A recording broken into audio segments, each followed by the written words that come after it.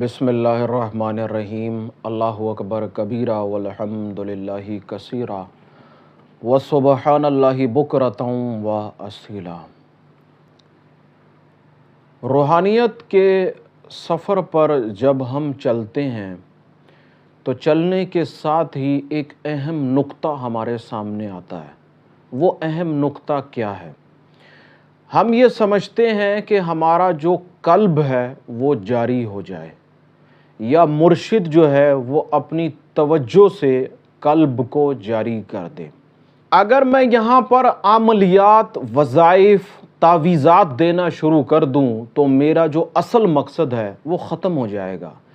میرے اس چینل کا مقصد لوگوں کے اندر تعویذوں کی طرف رجحان ڈالنا نہیں ہے، بلکہ ایک فکر دینا ہے کہ آپ ہر حال میں اپنے مالک کی طرف، اپنے رازق کی طرف، اپنے خالق کی طرف رجوع کریں۔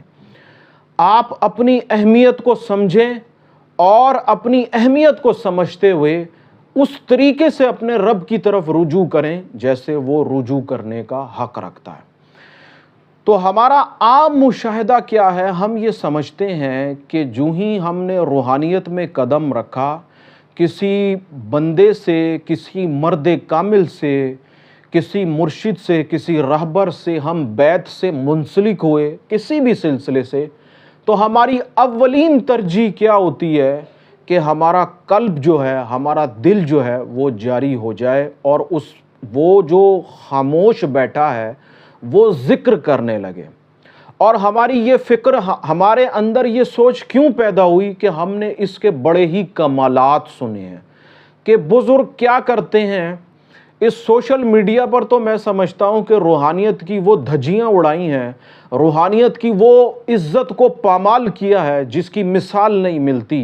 آئے روز ہم ایسی ویڈیوز دیکھتے ہیں جس میں روحانیت کا جنازہ نکل رہا ہوتا ہے اور ہم اس پہ خوش ہو رہے ہوتے ہیں، اور اس کے ذمہ دار کون ہے؟ اس کے ذمہ دار ہم لوگ ہی ہیں کہ وہ بندہ جو ہے وہ کسی بندے کے قلب پر انگلی لگاتا ہے اور وہ کرنٹ کی طرح پھڑکنا شروع ہو جاتا ہے۔ کیا کہ اس کی روح جو ہے وہ اس میں ایسا کرنٹ پیدا ہو گیا، اس میں ایسی جلال پیدا ہو گیا کہ وہ برداشت نہیں کر پا رہی۔ ٹھیک ہے، لوگ عجیب و غریب قسم کے کرتب دکھا رہے ہوتے ہیں، جبکہ حقیقی روحانیت کا ان باتوں سے کوئی تعلق نہیں ہے۔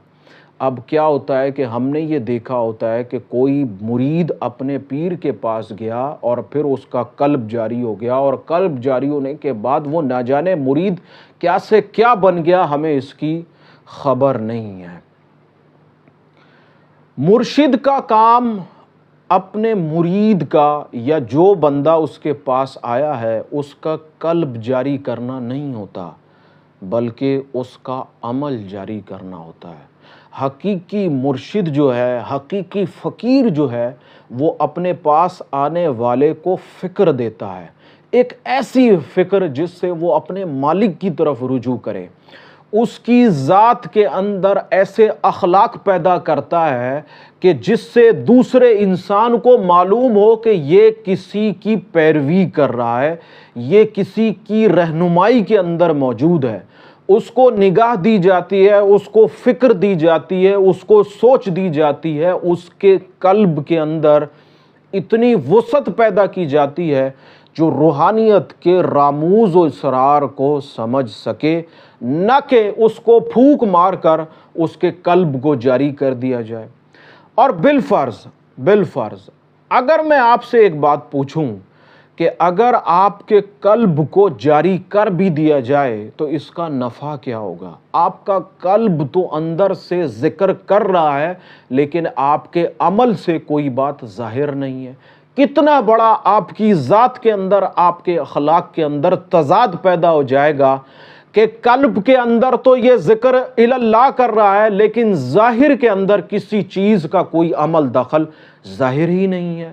مثلا اس کی نگاہ اتنی تنگ ہے کہ اس کو مخلوق کے اعمال نظر آ رہے ہیں، اس کو مخلوق کی سزا اور جزا نظر آ رہی ہے، وہ مخلوق کے اعمال کو دیکھ کر اس کی جنت اور جہنم کے فیصلے کر رہا ہے۔ کس قدر بدبخت انسان ہے، کس قدر اس کا قلب تنگ ہے، لیکن وہ قلب ذکر کر رہا ہے۔ تو سب سے پہلے اپنے ظاہر کو درست کیجئے، اپنے اعمال کو درست کیجئے، اور پھر اس کے بعد اپنے قلب کے اوپر محنت کیجئے، آپ کا قلب جاری ہو جائے گا۔ لیکن اگر آپ یہ سمجھتے ہیں کہ ظاہری اعتبار سے تو میں کچھ نہ کروں، بس میرا قلب جو ہے وہ جاری ہو جائے، اور اگر قلب جاری ہو گیا تو اس کا مقصد ہے میں نے میدان مار لیا، میں بہت کچھ کر گیا، حقیقی طور پر ایسی کوئی بات نہیں ہے۔ جس طریقے سے اگر میں آپ کو مراقبے کے فوائد بتاؤں، مراقبہ ایسا کون سا بندہ ہے جو مراقبہ نہیں جانتا، میڈیٹیشن نہیں معلوم اسے؟ ہر انسان کو مراقبے کے حوالے سے کچھ نہ کچھ معلومات ضرور ہے کہ مراقبہ اس طریقے سے کرتے ہیں۔ اگر نہیں بھی کرتے تو کم سے کم وہ اس بات کو جانتا ضرور ہے کہ مراقبے کے یہ کمالات ہیں۔ تو جان لینے کا مقصد یہ نہیں ہے کہ آپ اس پر عمل پیرا ہو گئے۔ جب آپ اس پر عمل کریں گے تو آپ کو اندازہ ہوگا کہ یہ کتنی مشقت بھرا کام ہے۔ جہاں اس کے فائدے عظیم ہیں وہاں اس پر مشقت بھی ویسی ہی ہے۔ آپ مراقبے پر محنت کریں، مراقبے کے کمالات آپ پر ظاہر ہونا شروع ہو جائیں گے۔ بالکل اسی طریقے سے مراقبہ جیسے مشق ہے، ایسے قلب کو جاری کرنا بھی ایک مشق ہے۔ آپ اپنی نگاہ کو، اپنی توجہ کو اپنے قلب پر کر لیں اور اس قلب سے ذکر کو جاری کرنے کی کوشش کریں۔ ایک مشقت بھرا عمل ضرور ہے، لیکن آہستہ آہستہ کرنے سے آپ کا قلب جو ہے وہ ذکر اللہ یعنی کہ اللہ اللہ اللہ کرنا شروع ہو جائے گا۔ لیکن یہ تب تک ہوگا جب تک آپ کی توجہ ہے۔ جو ہی آپ کی توجہ ہٹے گی وہ پھر اپنے کاموں میں مصروف ہو جائے گا، ذکر کو چھوڑ دے گا۔ تو آپ اندازہ کریں کہ کس قدر مشقت ہے کہ آپ کو نگاہ جو ہے وہ اپنے قلب پر رکھنی ہے، اور پھر جا کر یہ قلب آہستہ آہستہ ذکر کی طرف مائل ہو جائے گا۔ اور پھر اس کی انتہا کیا ہے؟ اس مشق کی پھر انتہا یہ ہے کہ پھر آپ توجہ کریں یا نہ کریں، وہ ذکر اللہ جو ہے، خدا کا ذکر جو ہے وہ کیے چلا جا رہا ہے، یہاں تک کہ آپ سو رہے ہیں لیکن آپ کا دل جو ہے وہ اللہ کر رہا ہے۔ لیکن اس عمل کو جاری کرنا آسان کام نہیں ہے، ایک مشقت بھرا کام ہے۔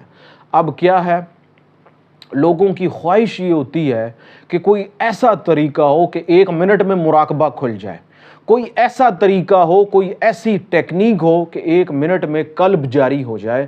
تو نہ ایسی کوئی ٹیکنیک ہے، نہ ایسا کوئی طریقہ ہے، اور نہ بزرگوں کی نگاہوں سے ایسا ہوتا ہے۔